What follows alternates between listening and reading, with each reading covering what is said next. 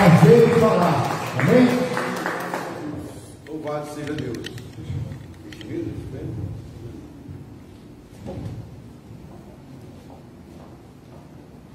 Meus irmãos, a paz do Senhor Jesus. A paz do Senhor. Vamos em pé, já que estamos. Por gentileza, abra a Bíblia.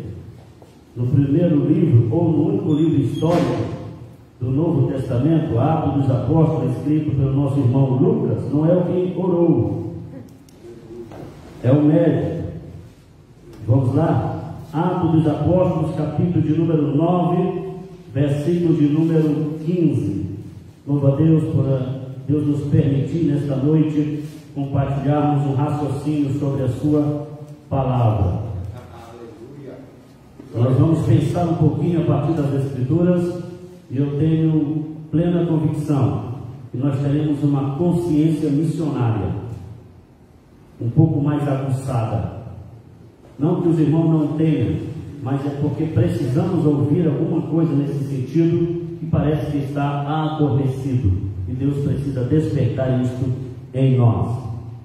Atos dos Apóstolos, capítulo 9, verso 15, diz assim: E disse-lhe, porém, o Senhor: Vai, porque este é para mim um vaso escolhido para levar o meu nome diante dos gentios, dos reis e dos filhos de Israel.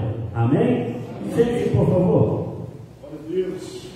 Eu tenho bastante liberdade para falar um pouquinho sobre missões, devido ao tempo que nós passamos ali no estado do Pará, e nós presenciamos e participamos de algumas coisas. Aqui mesmo em São Paulo, por exemplo, só como guisa introdutória, aqui mesmo em São Paulo, na extinta FEBEM, eu fiquei 6 meses indo todos os domingos à tarde pregar para aqueles jovens. Foram 6 meses, cada mês, cada domingo que nós adentrávamos ali era um desafio. Por quê?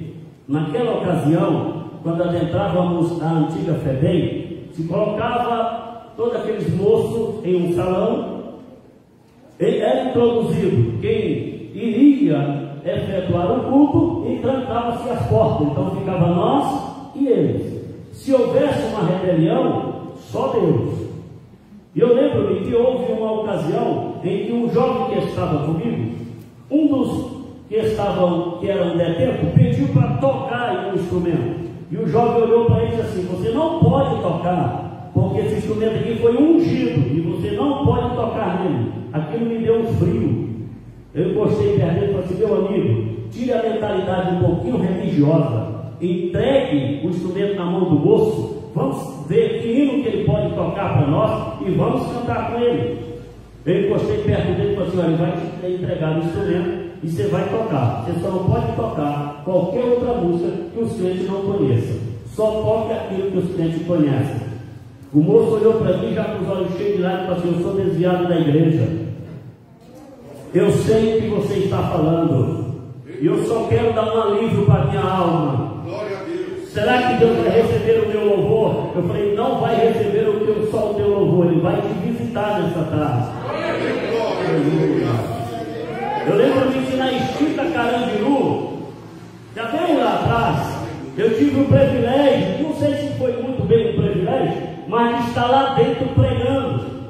Eu preguei no presídio Romão Gomes, lá eu conheci uma que já faleceu, Cabo Bruno. E quando eu fui ao Pará, e cheguei no Pará, eu tive umas novas experiências. Um dia eu tive que entrar numa aldeia indígena para pregar o Evangelho. Quando eu cheguei lá, ninguém sabia falar português, exceto um. E quando eu comecei a falar, ele disse assim: Eu sei a língua que você fala. Nenhum deles consegue ouvir o que você diz. Se você quiser, eu sou teu intérprete. Pregue devagar e eu falo na língua deles. Eu falei: Então vamos, nós vamos fazer uma parceria. Eu vou falando de Jesus e do Evangelho e você vai traduzindo para os índios. Naquela tarde foram 14 índios rendidos aos pés do Senhor Jesus Cristo. O difícil daquela experiência foi quando sentamos ao almoço, porque disse assim para mim: não diga que não coma e não diga que não está bom. Pelo amor de Deus, coma. Quando eu olhei para a comida, o estômago deu um nó. Eu olhei para o céu e falei: Jesus, cuida do meu estômago. Tira o meu olfato, tira o paladar, mas eu vou comer. Aleluia. Por que a obra missionária é tão difícil de ser feita? Porque a obra missionária é o anulamento do homem. E ninguém quer ser anulado. Eis a questão. Então vamos lá. Vamos pensar um pouquinho. Uma noite, como podemos chamar de consciência missionária? Podemos chamar? Então deixa eu colocar um título nesse versículo: um improvável missionário. Ok? Um improvável missionário. Você acha que você não é capaz de ser? Então você vai estar nesse contexto. Vamos ver como é que Deus trabalha nesse sentido. Eu comentando com o pastor Alexandre, eu falei para ele que eu ia indicar para vocês 3 livros que nós devemos ler e que eles aguçam o nosso apetite por vida. Primeiro, A Arte Perdida de Fazer Discípulos. Leroy Ames escreveu. Segundo, A Formação de um Discípulo. Kate Phillips escreve esse livro. Terceiro, O Plano Mestre da Evangelização. Robert Coleman é quem escreve esse livro.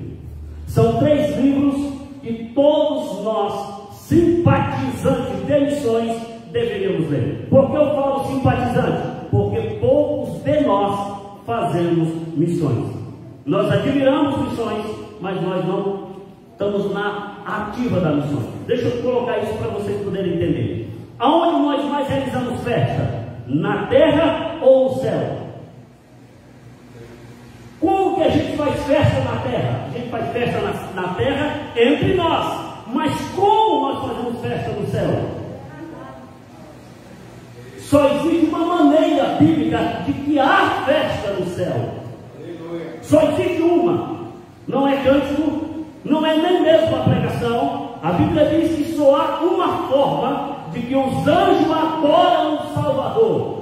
É quando aqui na terra um pecador se rende a Cristo. Eles fazem uma festa no céu, não por causa do pecador, mas por causa do Salvador, que continua salvando. Mas a gente não sabe fazer festa no céu, nós sabemos fazer festa na terra, porque poucos nós nos empolgamos com salvação. Então está aí 3 livros a serem estudados, pesquisados, lidos, mastigados. Segundo, ainda como diz introdutório, 3 ideias errôneas que nós temos sobre missões. 3 ideias errôneas que nós temos sobre missões. Primeira, missões não é a construção de um púlpito.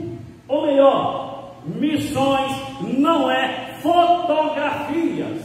Tem muita gente fotografando, colocando em suas redes sociais dizendo: sou missionário. Não, você pode ser um bom fotógrafo, você pode ser até um bom personagem para a fotografia, mas missões não se faz fotografando nada.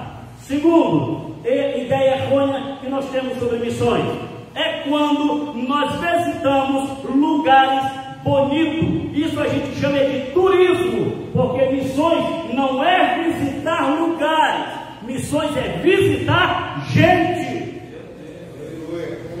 A gente não visita lugares, a gente visita gente. Talvez essa é a ideia que nós temos da dificuldade de sermos um Filipe no dia de hoje. Por quê? Escute isso. Porque a Bíblia diz, olha só, que no capítulo 8, Filipe estava em Samaria, e em Samaria, Filipe fazia muitos milagres. Cego via, surdo ouvia, coxo andava, e quem tinha demônios era liberto. Mas ele ouviu uma voz, e a voz foi do Espírito Santo, que disse assim para ele: larga tudo aí e vai para uma estrada que está deserta. Se era o dia de hoje, no mínimo nós tínhamos que dizer que era demônio. Porque se nós estamos no auge do nosso ministério, pregando, curando, salvando, fazendo grandes obras, e alguém falar no nosso ouvido para abandonar era Deus. Ele sai de Samaria, vai para uma estrada, e nessa estrada só passa um homem.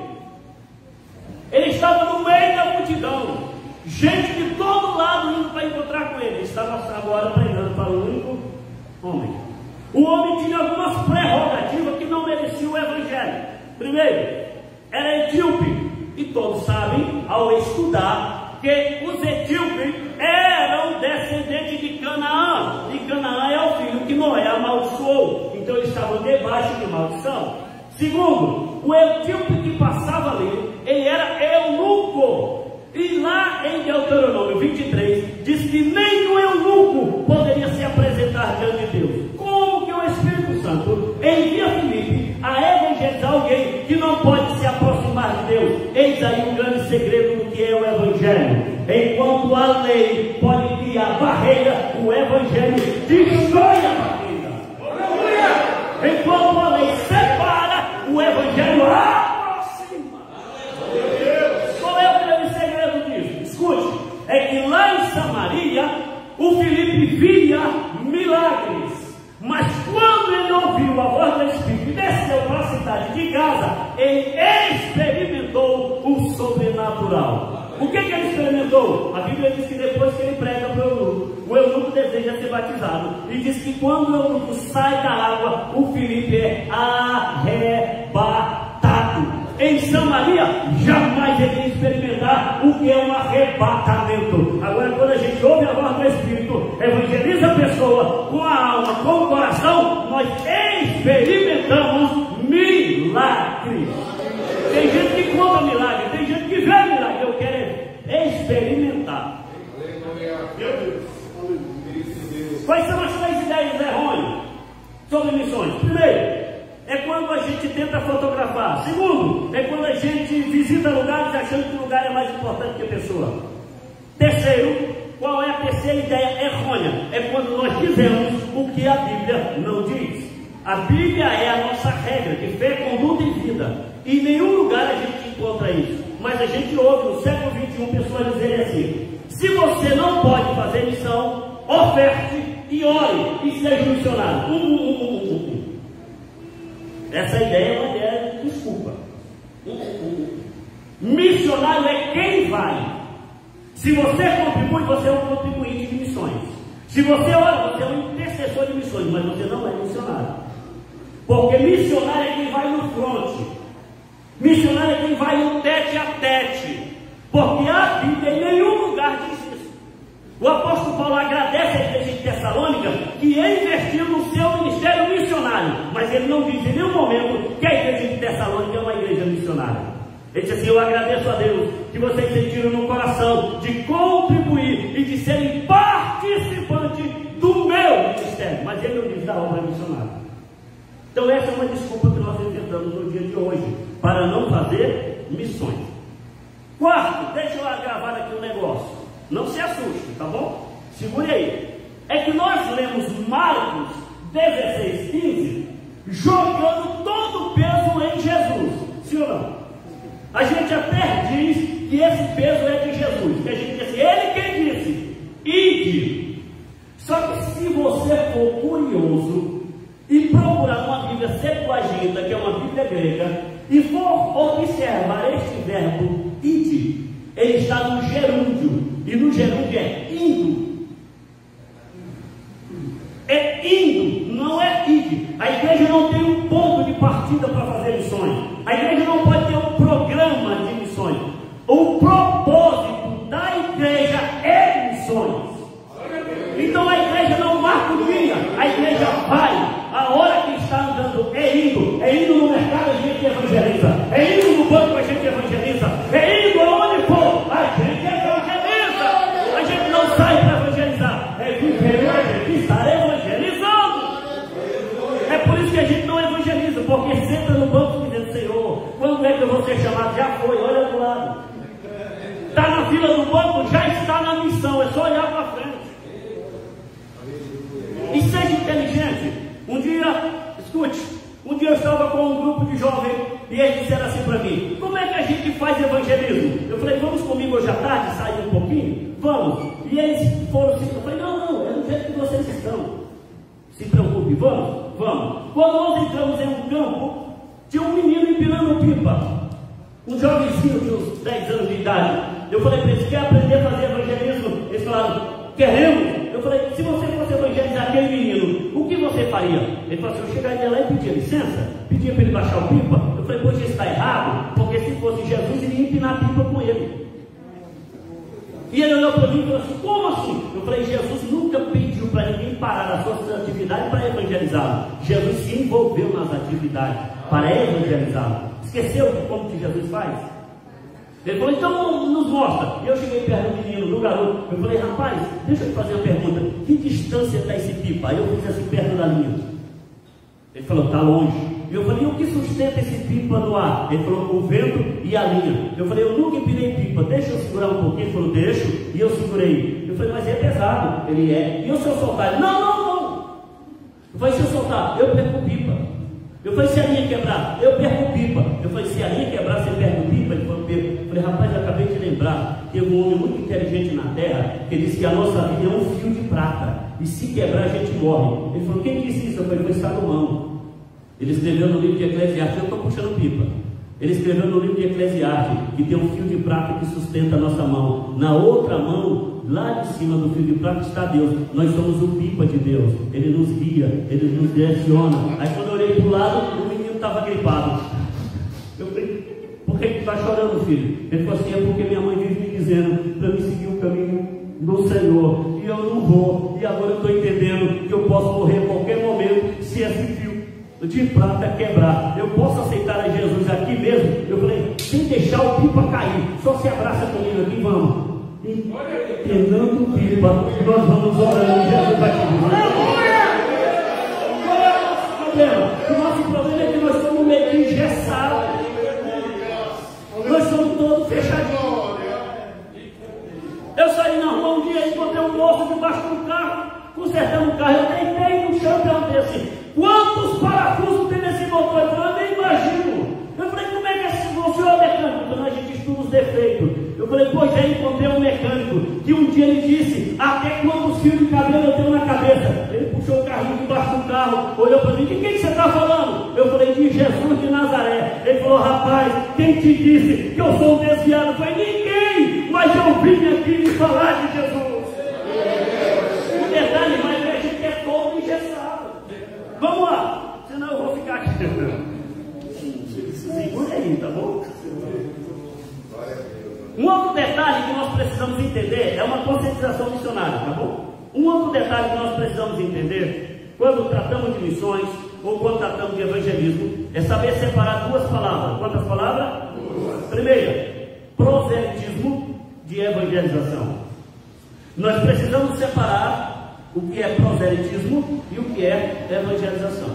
O que é proselitismo? Proselitismo é fazer discípulo da religião. Isso aqui era muito tido na época dos apóstolos, porque quando alguém queria seguir a religião judaica, que era o judaísmo, ele deveria se submeter à lei. E submetendo-se à lei, ele era considerado um prosélito, ou seja, ele era um filho da religião, portanto, ele tinha algumas obrigações. A primeira, venerar o templo. Segundo, se submeter aos ritos da religião. Só que Jesus, em Mateus 23, e o versículo 15, Jesus diz assim, ai, é dois aqui, ai, dos escribas e fariseus, que rodeai o mar e a terra, para fazer um prosélito, e quando conseguem fazer, os tornam 2 vezes piores cidadãos do inferno do que eles próprios. Então entenda, tornar-se alguém filho da religião não salva, agrava mais o problema. O que é o evangelismo? O evangelismo é tornar alguém discípulo de Jesus através das boas novas do evangelho. Então veja o contraste. E nesse interim é que a gente precisa aprender algumas coisas. Capítulo 1 de João tem uma receita fantástica para nós, no capítulo 1 de João. Lá no verso 35, por volta do verso 35, tem um moço chamado João Batista.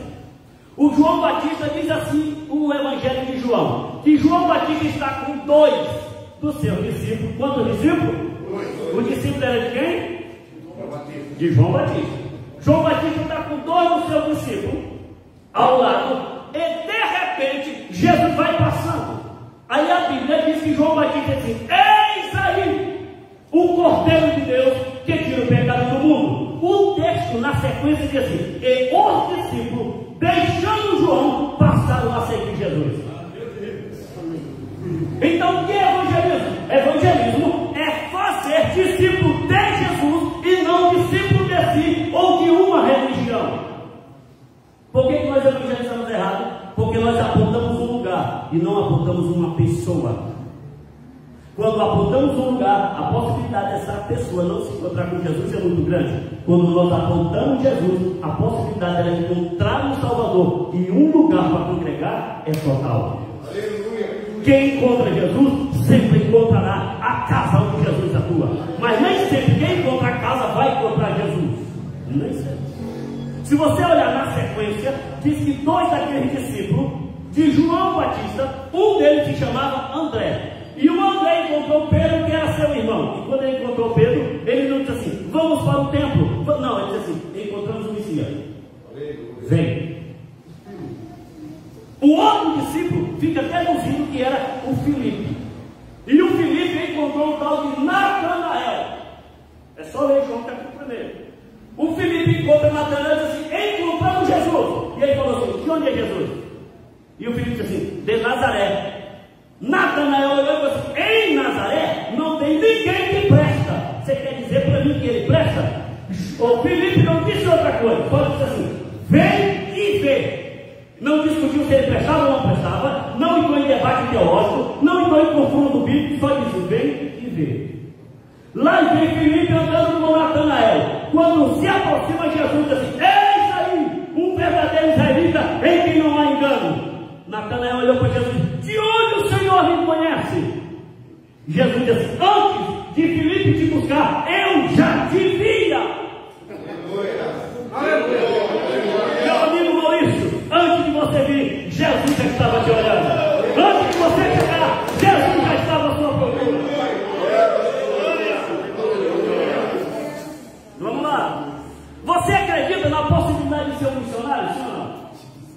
Você acredita? Acredita? Você acha que esse camarada aqui pode ser um missionário? O título foi Um Improvável Missionário. Vamos ver essas possibilidades. Dá uma olhada no que está escrito em Filipenses 3 e 4. Só para a gente pensar um pouquinho. Eu já termino antes da meia-noite. Glória.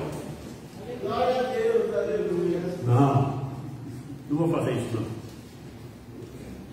Vamos lá, Filipenses 3 e 4. Filipenses 3 e 4. O apóstolo Paulo está dizendo assim: ó, se vocês são orgulhosos, eu sou mais orgulhoso do que vocês. Ó, ainda que eu também podia confiar na carne aí a expressão grega é sarx, fala assim de natureza humana. O apóstolo Paulo está dizendo assim: ainda que também podia confiar na minha própria natureza. Se eu tivesse que confiar na minha própria natureza, olha o que ele diz: se algum outro cuida que pode confiar na sua natureza, eu ainda mais. Sabe o que o apóstolo Paulo está deixando passar aí? Ele está dizendo que ele possui um orgulho religioso. O apóstolo Paulo está dizendo que ele é orgulhoso religiosamente, como nós somos às vezes. De vez em quando a gente bate no peito assim: nós somos a maior igreja. Isso é orgulho. É um orgulho. Baixa um pouquinho, diga assim: eu sou salvo em Cristo Jesus. Estava nas trevas e ele me encontrou. Não valia um vintém, e agora eu sou filho dele. Estava perdido, mas agora eu fui achado. Para que eu não me glorie, mas glorie nele. Ele é o autor de tudo isso. O Paulo deixa mostrar isso. Avança um pouquinho, pastor Júnior. Qual que era o orgulho do apóstolo Paulo? Olha, verso 5.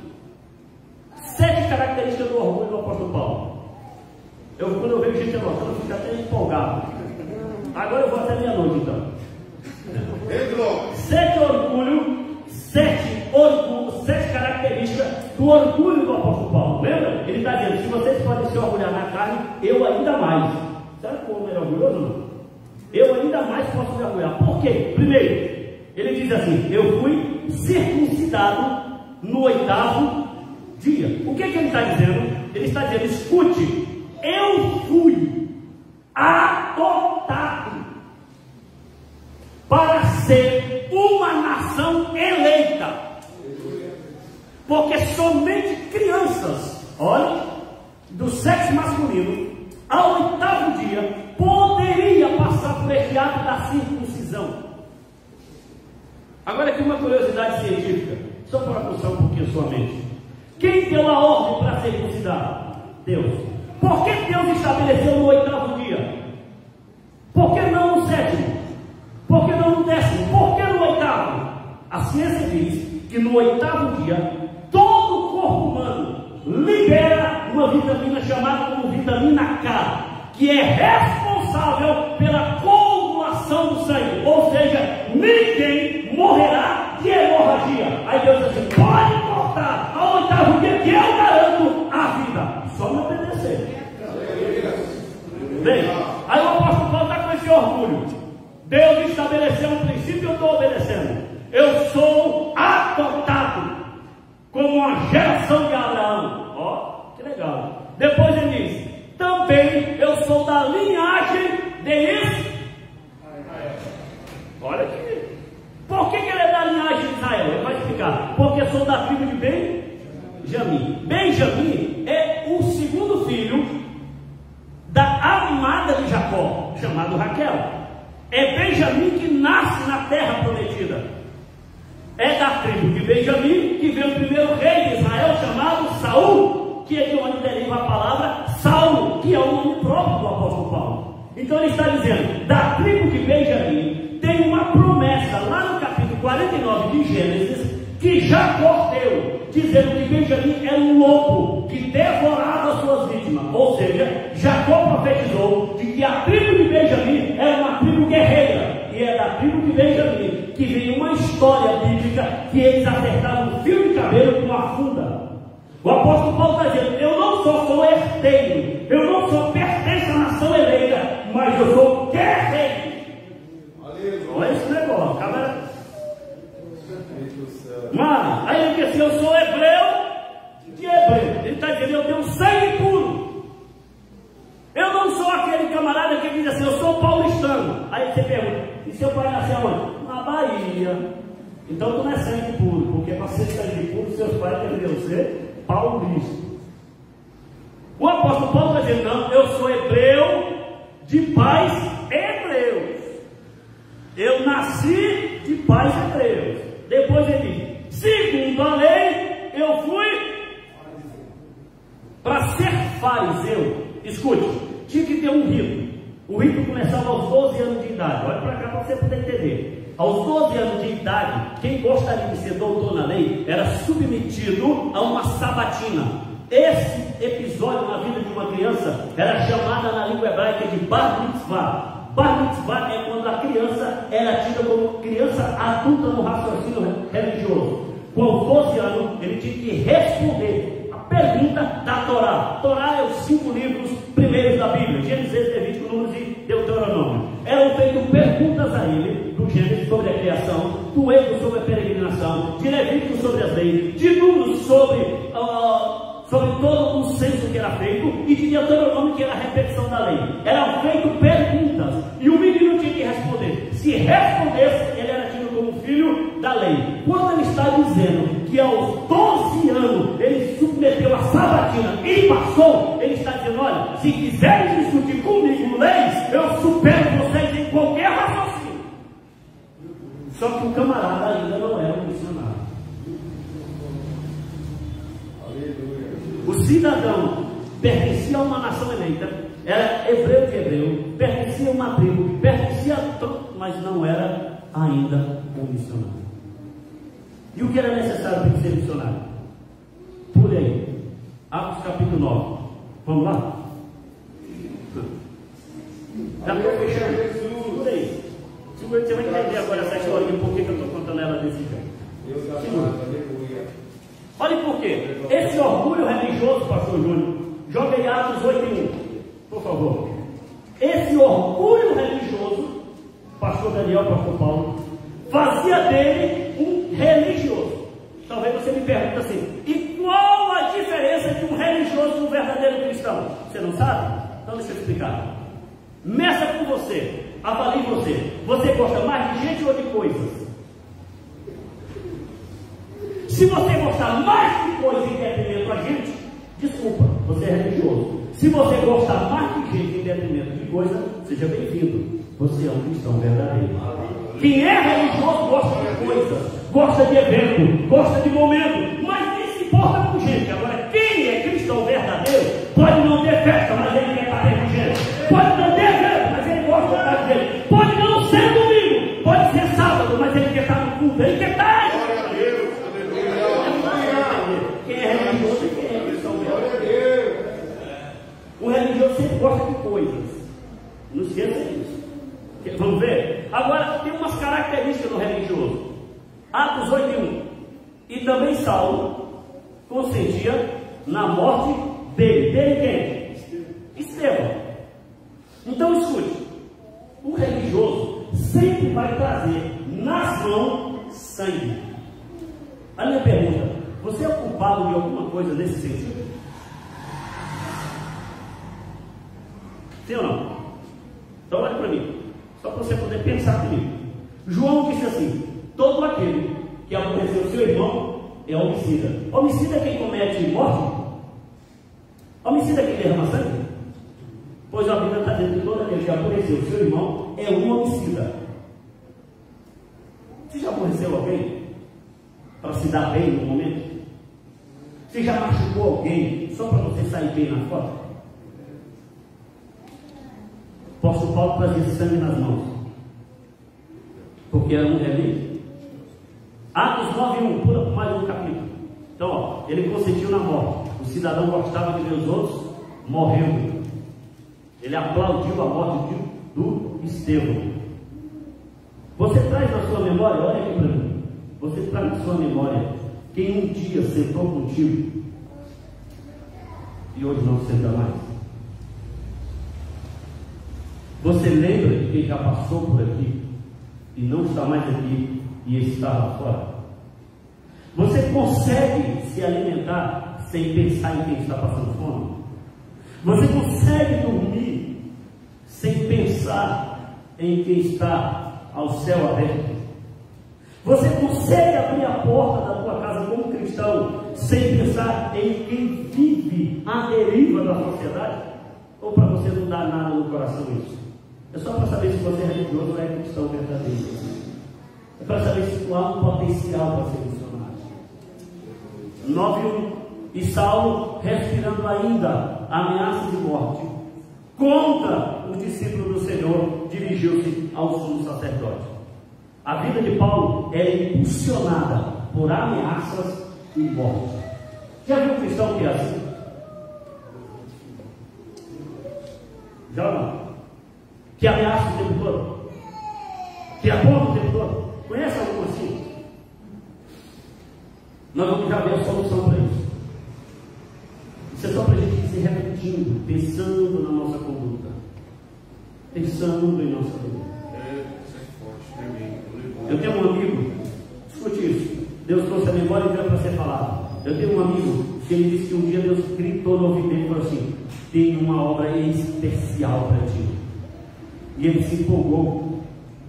Ele falou: o que eu devo fazer? Vá na loja e compre um terno novo, uma camisa branca, uma gravata nova, um sapato novo. Vou te enviar. E ele ficou todo faceiro. Correu na loja, comprou terno, camisa branca, botou gravata, sapato novo. E Deus falou assim: é domingo. Ele falou: opa, domingo, muito bem.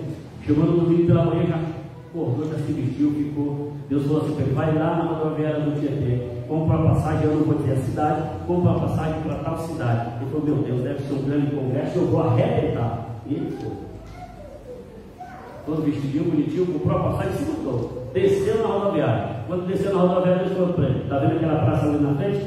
vai e senta lá, que eu tenho uma grande obra para ti. Ele foi e sentou. Quando ele sentou, as horas foi passando, e ele disse: e aí, senhor, cadê a obra? O senhor disse que ia, cadê a obra? Aí de repente ele olha lá, tem um bêbado.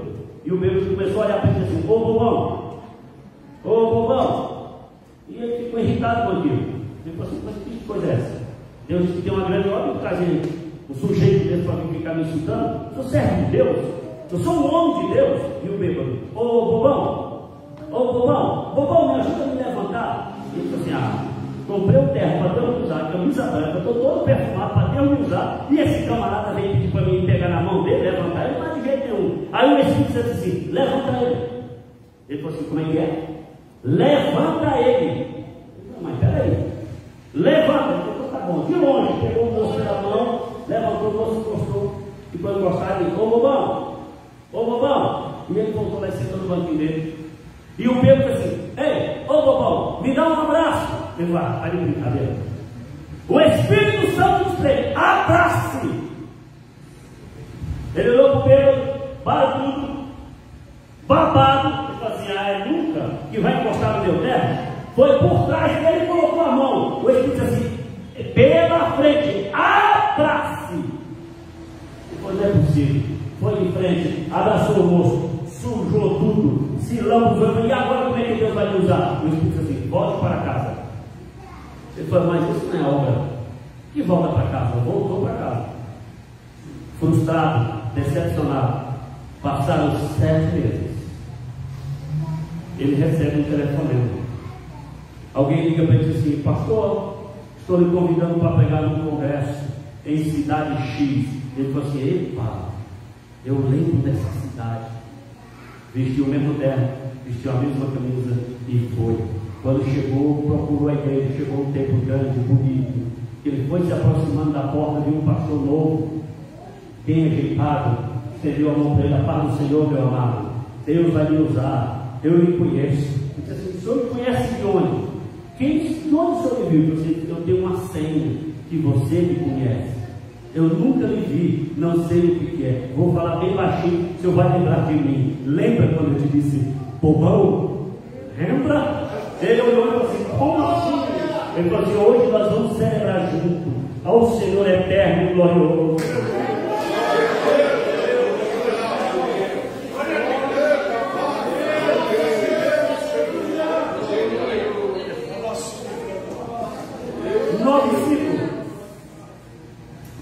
Como aconteceu a conversão? Deixa eu só citar para você. Como que acontece a conversão de um religioso? Como que nós podemos ser uma igreja missionária? Como podemos ser usados por Deus? Como Deus pode nos usar para salvar alguém? Primeiro, 9:5. E ele disse: quem és, Senhor? E disse o Senhor: eu sou Jesus, a quem tu persegues. Duro é para ti recalcitrar contra os aguilhões. O que está implícito nesse texto? Escute: a conversão genuína, ela só acontece quando há um encontro pessoal do homem com Jesus. Enquanto você encontrar uma religião, enquanto você encontrar um templo, enquanto você encontrar uma igreja, mas não encontrar com Jesus, não houve conversão. A conversão só acontece quando nós nos encontrarmos literalmente e unicamente com Jesus de Nazaré. Permita-me te perguntar: você já se encontrou com Jesus sozinho? Já teve um encontro com Jesus a sós? Aleluia! Jesus já te visitou sozinho? Ou você está no meio da multidão? Eu sou crente porque meus pais são. Eu vou porque todo mundo vai. Está na onda ser gospel. É bonito ser evangelho. Ei! Para sair do caminho do inferno só existe uma maneira: é trilhar o caminho do céu. E o caminho do céu só chama um: Jesus Cristo de Nazaré. É o único caminho que nos leva para o céu. Você pode cantar em corais, você pode participar de uma grande igreja, você pode ter uma carteirinha de membro, você pode ter uma credencial de ministro, mas se não encontrou com Jesus, o céu não é a tua morada. Agora escute o que eu vou te dizer: é possível que você nunca sentou no banco de uma academia, Bíblia, não estudou teologia, não conhece a Bíblia muito bem, é semi-analfabeto, mas se teve um encontro com Jesus, o céu te aguarda, a morada eterna te aguarda. Primeira razão que o apóstolo Paulo foi mudado é porque ele teve um encontro pessoal com Jesus. Aleluia. Lembro-me da minha esposa, com 3 meses que nós estávamos no Pará. Ela foi acometida de uma enfermidade. E num determinado dia ela me liga e diz assim: volta para casa que eu não estou bem. Eu retornei para casa, quando cheguei a mulher estava desfalecida. Peguei na mão dela, disse: levanta. Ela falou: não posso. Pálida. Falei: o que foi? Ela: não estou bem. Chama o pastor, por favor. Liguei para o reverendo Océlio e disse para ele: meu pastor, a minha esposa está mal, está pedindo a sua presença para orar. Traga ela para o templo. Levei ela para o templo. Ele orou por ela, ela desmaiou. Ela voltou e ele falou assim: agora é hora de chamar o resgate. Chamou o resgate. Quando o resgate entrou, a igreja é muito grande. Quando o resgate entrou, um dos homens, não sei se era paramédico, enfermeiro, não sei, foi medir pulsação, botou a mão na garganta, pegou no pulso, saiu de lado, pegou o telefone e ligou e falou assim: a coisa é gravíssima. Falei: meu Deus, a mulher está morrendo.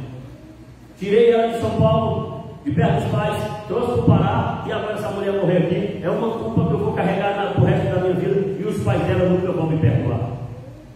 Colocaram ela dentro da ambulância, eu entrei junto, saiu com tanta velocidade que as portas traseiras da ambulância se abriu. Esse homem pulava a lombada, entrou em rua em outra mão, num desespero, e eu junto com ela.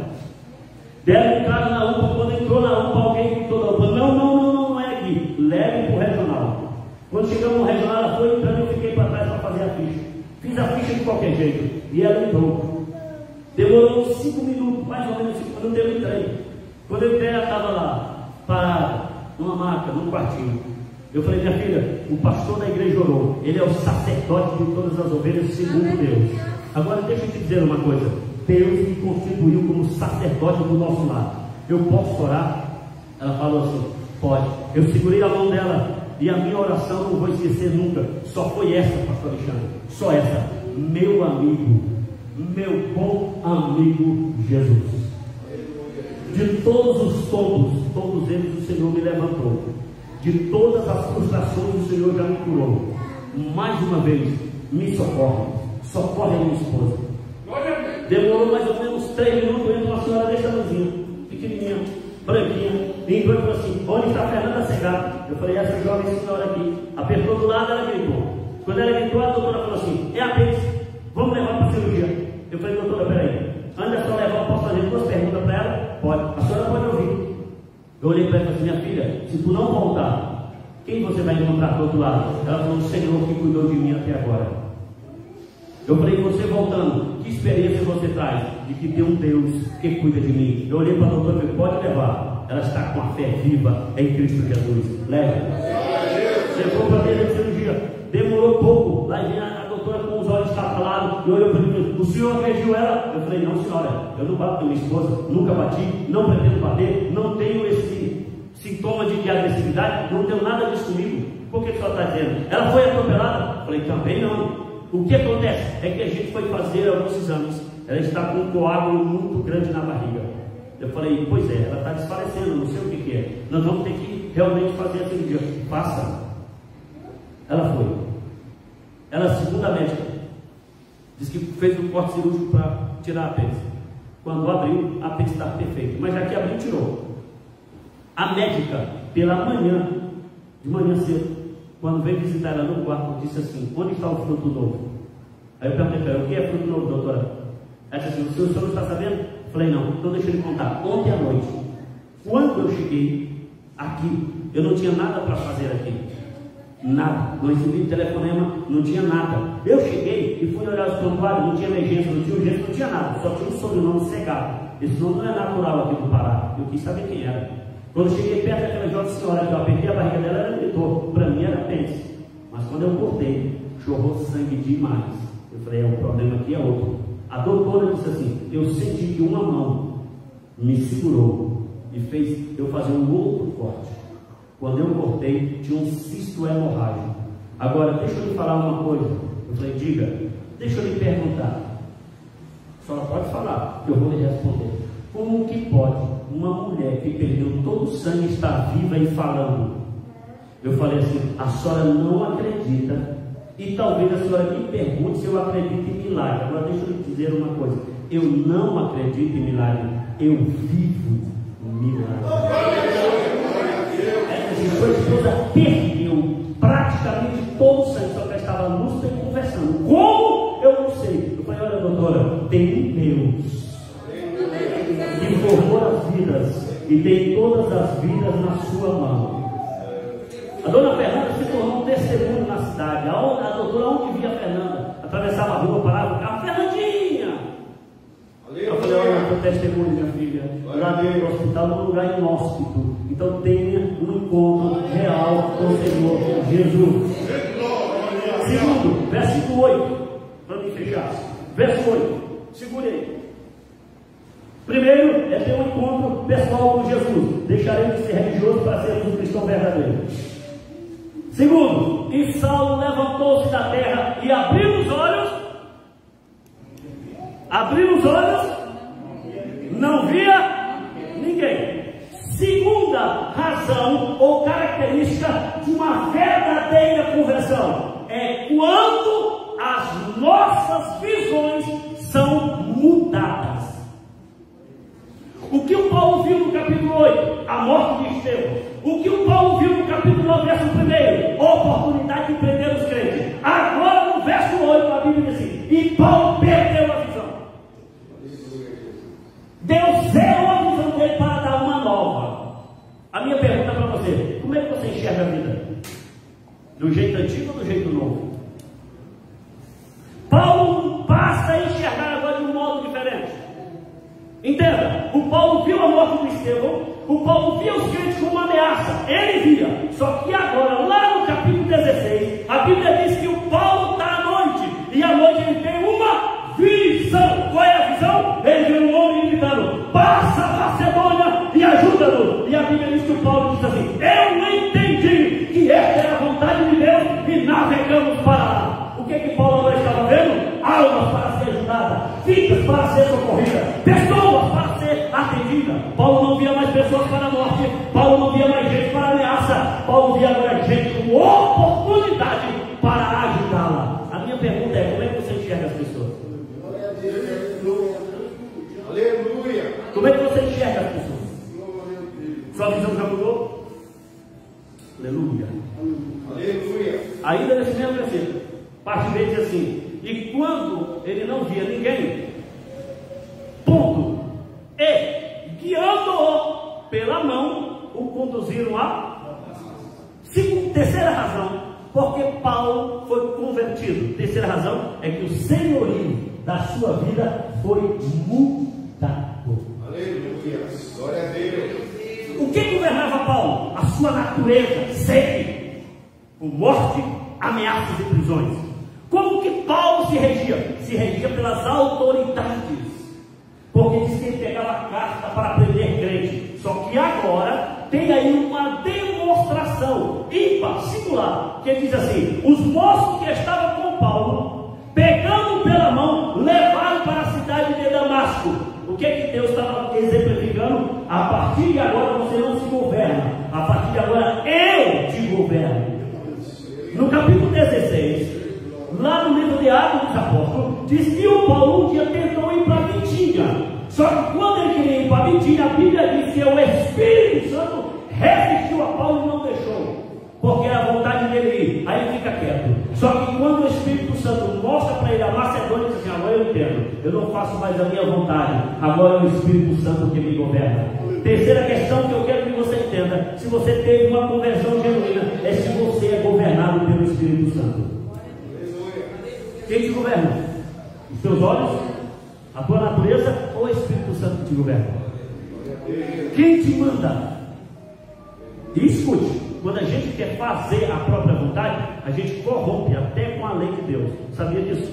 Tem gente que apoia herético, tem gente que está na onda, escute, na onda, totalmente pervertida, só para poder se dar bem. Sabe por quê? Porque querem fazer a própria vontade. Agora, quando a gente está na direção do Espírito, a gente entra até no prejuízo, mas é bom. Quando a gente perde, porque está sendo guiado pelo Espírito, porque nenhuma perda é considerada na recompensa que existirá na glória. Nenhuma. Aleluia. Nenhuma perda é comparada aqui. Jamais será. Aleluia. Feche. Encerro. Olhe para mim. Nós, como igreja, diga comigo, 3 missões. Eu tenho que realizar. Quantas missões? 3. A primeira missão que nós temos que realizar é o que a Bíblia chama de proskenion. O que é proskenion? Adorar e servir a Deus. A primeira missão da igreja está relacionada a Deus. E esse termo adorar tem tudo a ver com o sacrifício. Capítulo 22 e 5 do Gênesis diz que Deus pediu um filho a Abraão e disse assim: mata o teu filho, leve na montanha e sacrifique em holocausto. Só que no versículo 5 diz que Abraão chegou no pé do monte e disse assim para os moços: fiquem aqui, cuide do jumento, porque eu e o moço vamos subir para adorar, e depois de adorar nós voltaremos. Permita-me dizer, desculpe, tem gente que não serve para subir para adorar, então tem que ficar cuidando de jumento, mas graças a Deus que tem uma geração que sabe que Deus deve ser adorado. Então a ideia de adoração era sacrifício. Essa ideia vai perdurando. João capítulo 4, lá no verso de número 20, a mulher samaritana olha para Jesus e diz assim: aonde devemos adorar? No Monte Ebal ou no Monte Gerizim? Jesus olhou para ela e falou assim: acabou a ideia de subir em monte, acabou a ideia de fazer sacrifício, acabou a ideia de matar animal. Agora o Pai não procura adoração, o Pai procura adorador, e o Pai procura um adorador que viva no Espírito e verdadeiramente. É por isso que o apóstolo Paulo em Romanos capítulo 12 e verso 1 diz: apresentei o vosso corpo como um sacrifício vivo. O que é adoração no dia de hoje? É a maneira que eu vivo, é o jeito que eu estou vivendo. Esta maneira é a maneira que é a adoração para Deus. Segunda missão da igreja, diga comigo, segunda missão é a minha responsabilidade com o meu irmão. A Bíblia chama isso de koinonia. Então a primeira missão da igreja é para com Deus, a segunda missão da igreja é para com ela mesma. É a chamada comunhão, koinonia. Sabe por que nós temos dificuldade de cumprir a segunda missão? É porque na primeira eu tenho privilégio, direito. Como filho de Deus eu sou herdeiro. Agora como irmão eu sou devedor. Então é mais difícil cumprir a segunda do que a primeira. A primeira a gente exige, na segunda a gente dá. É por isso que a Bíblia recomenda que nós devemos perdoar, e a Bíblia recomenda que nós devemos ser suporte. Suportar não é tolerar, suportar é ser suporte, é oferecer o ombro. Quando alguém estiver cansado e não aguentar andar, ofereça o ombro, coloque ela no seu ombro e ande com ela. Então nesse segundo quesito a gente tem dificuldade, porque a gente não gosta de dar, a gente gosta de receber. É tanto que no culto, se a gente não disser que Deus vai dar, a gente já fica meio triste. Hoje a pregação não está com nada. Nenhuma vez eu ouvi dizer que Deus vai me abençoar. O pregador só está dizendo que eu tinha que dar. Não dê aleluia, não dê glória. Você veio aqui para dar a sua vida. Não gostei. Eu queria que ele dissesse para mim: Deus vai te dar uma casa, Deus vai te dar um carro. Não, essa é só a primeira, meu filho. Só que a primeira não anda sem a segunda. A segunda tem que andar junto. Está entrelaçada a primeira com a segunda. A terceira missão da igreja é para com o mundo. Por que nós não podemos sair para o mundo de qualquer jeito? Porque só vai para o mundo, deixa eu falar bem devagar, quem primeiro ama a Deus acima de tudo. Segundo, só pode ir ao mundo evangelizar quem ama o próximo como a si mesmo. Lembra que Jesus falou? Se você sair por aí e alguém bater na direita, você é obrigado a dar também a. Se alguém te puxar a capa, dá também a túnica. Se alguém te pedir para andar 1 quilômetro, já ande 2. Ou seja, faça de tudo para conquistar. Então nós não podemos evangelizar se nós não tivermos esse amor pelo. Eu estava pregando em um alívio, e quando eu preguei, um cidadão veio para frente e falou assim: eu quero aceitar Jesus. Eu falei: muito bem. E ele falou assim: não, abaixa aqui que eu quero falar um negócio no seu ouvido. Eu falei: meu Deus. Aí eu fui pertinho dele e ouvi. Ele falou assim: eu só aceito Jesus e só vou ser crente se essa Bíblia que você usou para pregar, o senhor me der ela. Quando eu olhei para a Bíblia, meu Deus, a Bíblia do seminário, toda marcadinha, seta para lá, ligando tudo. Jesus, eu gastei anos estudando essa Bíblia. Essa Bíblia tem a anotação da Bíblia que o Senhor me deu, de madrugada orando, chorando. Ele falou assim: o Senhor vai me dar ou não? Eu já fui fechando a Bíblia. Olhei para o céu, vou dar tudo de novo, Jesus, tudo que é revelação me dê de volta. Falei: vem, meu filho, vem para Jesus. Vem para Jesus, que o dono da revelação vai continuar revelando. Agora talvez eu te perca para sempre, mas venha para Jesus e pegue a Bíblia e leve embora. Mas leve a Bíblia e leve o dono da Bíblia junto. Por que nós temos dificuldade de evangelizar? Porque nós não queremos doar, não queremos entregar. E evangelizar é uma doação. Fiquem bem. Deixa eu orar pelos futuros missionários. Quem quer ser missionário, por quem deseja fazer missões. Aleluia. O que compete a missão, Maurício? Gostei de você. O que compete a missão é que os perdidos encontrem o caminho. Em que consiste a missão? É que os pecadores encontrem o Salvador. Em que consiste a missão? É que quem vive em trevas encontra a verdadeira luz. Em que compete a missão? É que quem estava morto vai encontrar a vida abundante em Jesus. Primeiro, eu quero orar por quem deseja ser missionário e acender no seu coração a chama de missões. Quero orar com você e com você. Primeira oração que eu quero fazer. Vamos orar todos juntos, tá bom? Então, se você é com você, você sente isso, quem mandei você, eu gostaria de ser um missionário. Então vem para frente, nós vamos orar. Primeiro, é para todos nós aqui. Segunda, só acho que só tem o Maurício.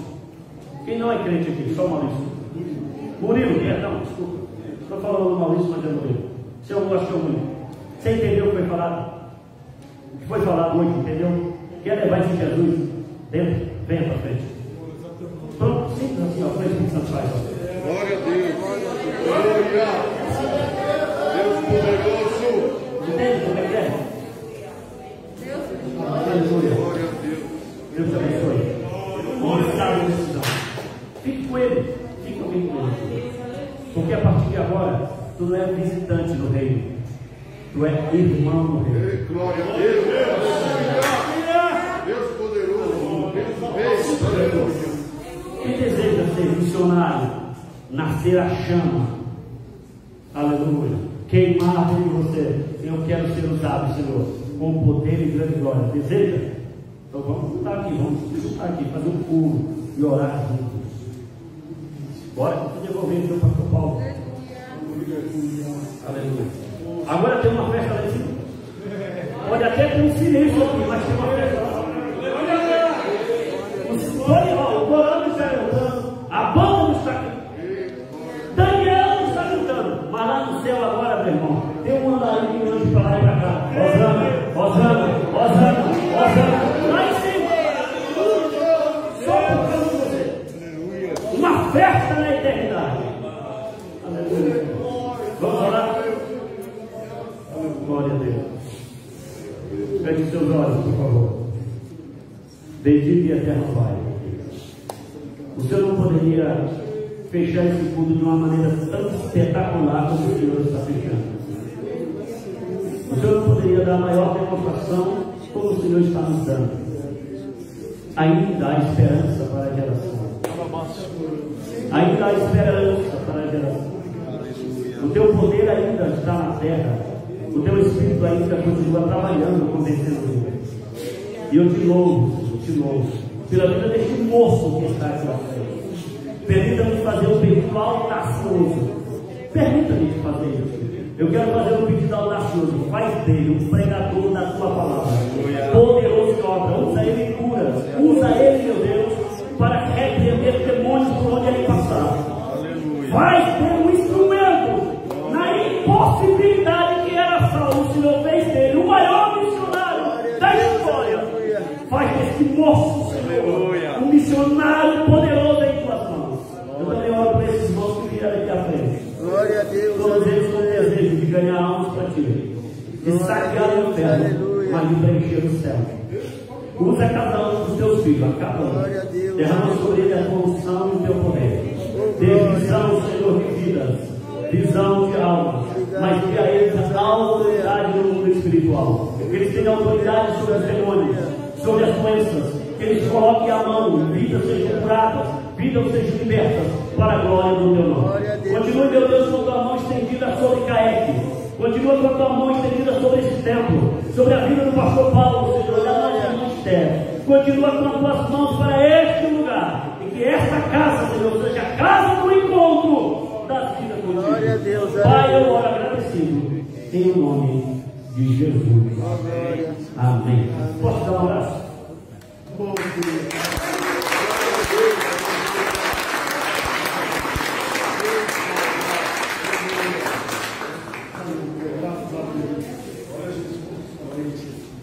Irmãos.